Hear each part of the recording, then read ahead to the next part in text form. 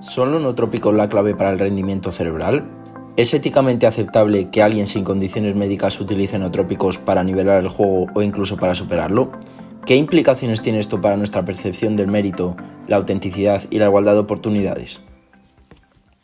Los nootrópicos son sustancias diseñadas para mejorar el desarrollo cognitivo, la memoria y la concentración. Dan mayor agilidad mental y otros aspectos relacionados con la función cerebral. Estos efectos de los nootrópicos se deben esencialmente a la estimulación del sistema nervioso central. Algunos fármacos de prescripción médica y con aplicaciones comunes como el tratamiento del TDAH o la narcolepsia, a bajas dosis se han considerado nootrópicos. Destacan la anfetamina, el modafinilo o el metilfenidato. De todas formas, el acceso a compuestos relacionados con la mejora de la capacidad cognitiva se produce mayoritariamente a través de suplementos de venta libre en secciones de parafarmacia o en Internet. Se tratan de cápsulas con fórmulas similares, pero que pueden ser divididas en 4 tipos dependiendo de los principios activos en que se basan, coexistiendo en muchos casos. Entre los tipos de nootrópicos podemos encontrar nootrópicos clásicos. Estos son fármacos sintéticos cuya regulación ha ido aumentando con los años hasta requerirse receta en países como España. Tienen efectos en la modulación de la respuesta a neurotransmisores como el glutamato o acetilcolina. Un ejemplo de este tipo de nootrópico es el piracetam. Otro tipo de nootrópico son las sustancias que incrementan el metabolismo del cerebro como la vinpocetina, un alcaloide semisintético procedente de vinca minor. Tienen efectos vasodilatadores, aumentando el suministro de oxígeno y glucosa al cerebro. También hay compuestos colinérgicos que son precursores o cofactores en la síntesis de acetilcolina, neurotransmisor excitatorio clave en procesos como el aprendizaje, la memoria y la regulación del estado de alerta. Un ejemplo es la fosfatilcolina. Por último, tenemos los extractos de plantas. Estos son los nootrópicos de mayor importancia comercial. Se basan en preparaciones de plantas que combinan muchos principios activos contando con efectos sinérgicos que acompañan a la mejora cognitiva como neuroprotección y capacidad antioxidante. Dentro de este grupo nos encontramos con Panax ginseng, Ginkgo biloba y Bacopa monnieri. Cada vez es más frecuente el uso de nootrópicos en ambientes laborales y académicos exigentes, pero ¿se ha demostrado realmente su eficacia en personas sanas? Se sabe que los nootrópicos mejoran el suministro de glucosa y oxígeno al cerebro y protegen el tejido cerebral frente a la neurotoxicidad. Además, favorecen la plasticidad de los eritrocitos, mejorando el flujo sanguíneo. Se ha comprobado su eficacia en individuos con las funciones cognitivas deterioradas, donde rara vez causan efectos secundarios. Aún así, las personas con enfermedades cardiovasculares, hipertensión y problemas psiquiátricos deben tener cuidado, ya que pueden surgir algunas complicaciones.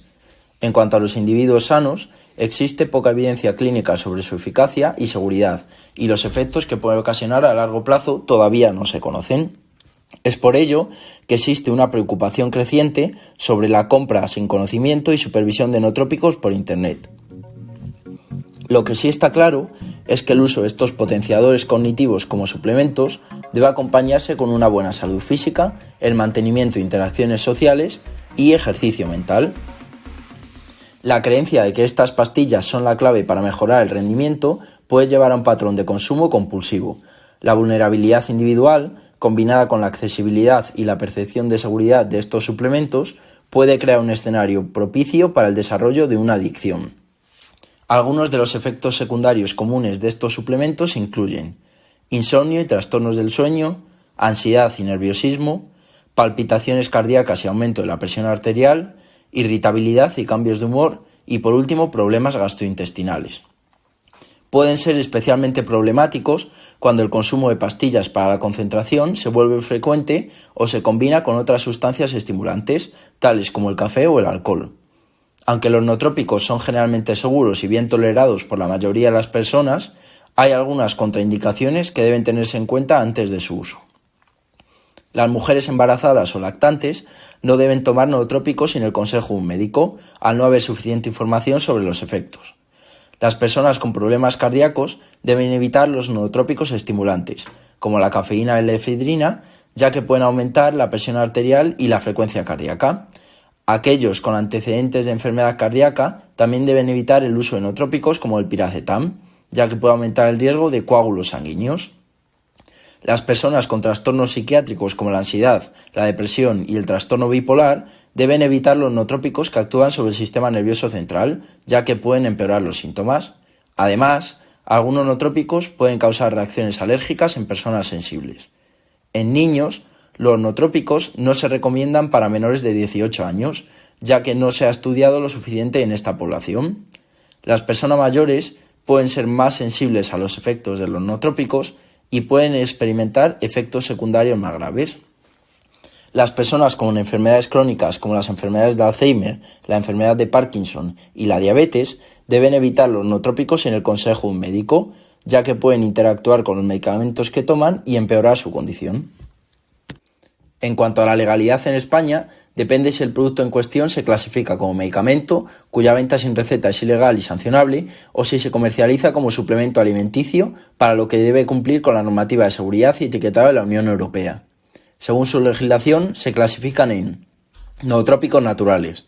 Se comercializan en farmacias y tiendas de productos naturales como suplementos alimenticios o compuestos dietéticos sin restricciones específicas. Su adquisición y uso es legal, pero existe el problema de su adquisición descontrolada a través de portales web, especialmente en Estados Unidos, donde se desconoce la procedencia y seguridad de los mismos. En nuestro país se encuentran regulados por el Real Decreto 1487/2009, relativo a los complementos alimenticios y sujetos a normativa de seguridad de la Unión Europea. Los nootrópicos sintéticos son medicamentos cuyo uso está prohibido sin necesidad médica y, por tanto, obtenidos sin prescripción se considera ilegal, pudiendo ser sancionado. Deben estar autorizados por la Agencia Española de Medicamentos y Productos Sanitarios y a nivel europeo por la Agencia Europea de Medicamentos, que prohíbe su venta sin receta. Por último, los nootrópicos importados o no regulados.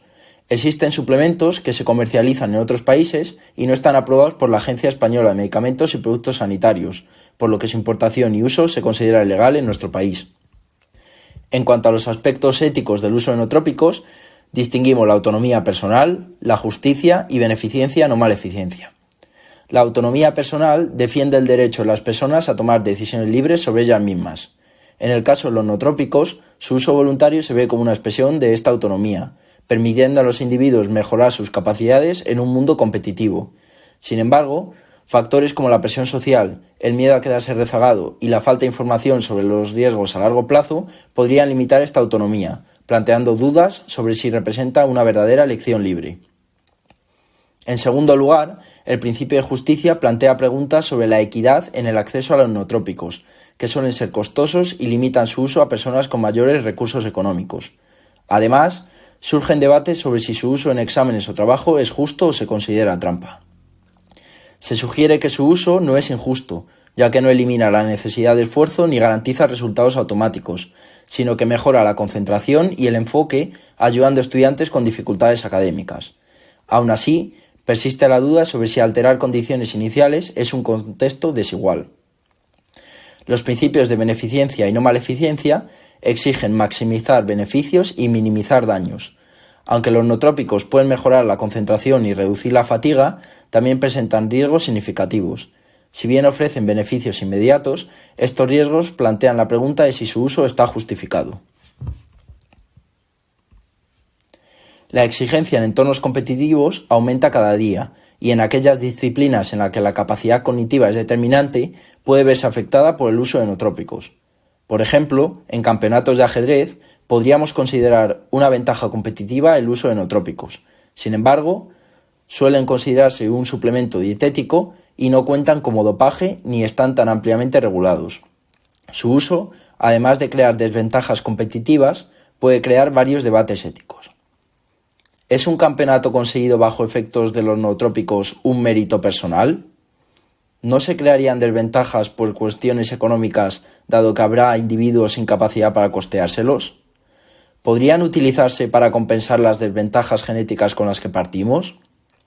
Si se normaliza el uso de nootrópicos, cualquier persona que deba competir los usará, volviéndose dependiente de estos. Por tanto, la pregunta final que debemos hacernos es: ¿estamos realmente preparados para asumir los riesgos de una competencia químicamente mejorada? Sin embargo, se plantea un debate más grande que los propios nootrópicos en sí. El ser humano siempre ha buscado mejorar como especie, y los nootrópicos se podrían considerar una forma de evolución de la inteligencia. Si esto es así y el uso de nootrópicos se normaliza, ¿seguiríamos siendo igual de humanos que antes? Quizá la búsqueda constante de la mejora humana nos aleja de nuestra propia esencia. Al final, los seres humanos tenemos defectos y son estos precisamente los que nos hacen humanos.